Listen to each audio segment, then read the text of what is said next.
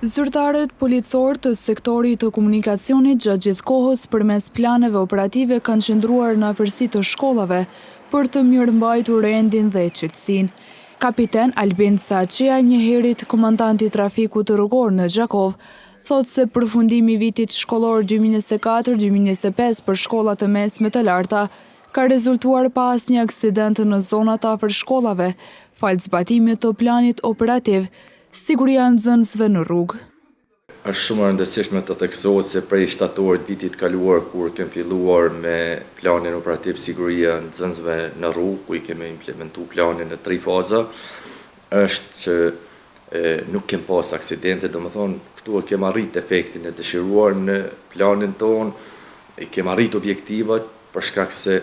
prej atëherë tash përfundon edhe viti shkollor, nuk kemi pas asnjë aksident me pasoja, me lëndime apo ndonjë viktim në rrugë të nxënësve. Domethënë, plani është implementuar me sukses, në 100% është implementuar me sukses, për shkak se pra gjendja është e mirë dhe nuk kemi pas asnjë viktim në rrugë. Ky rezultat sipas tij është tregues i rëndësisë që ka planifikimi i hershëm dhe bashkëpunimi ndërinstitucional për sigurinë e fëmijëve në rrugë.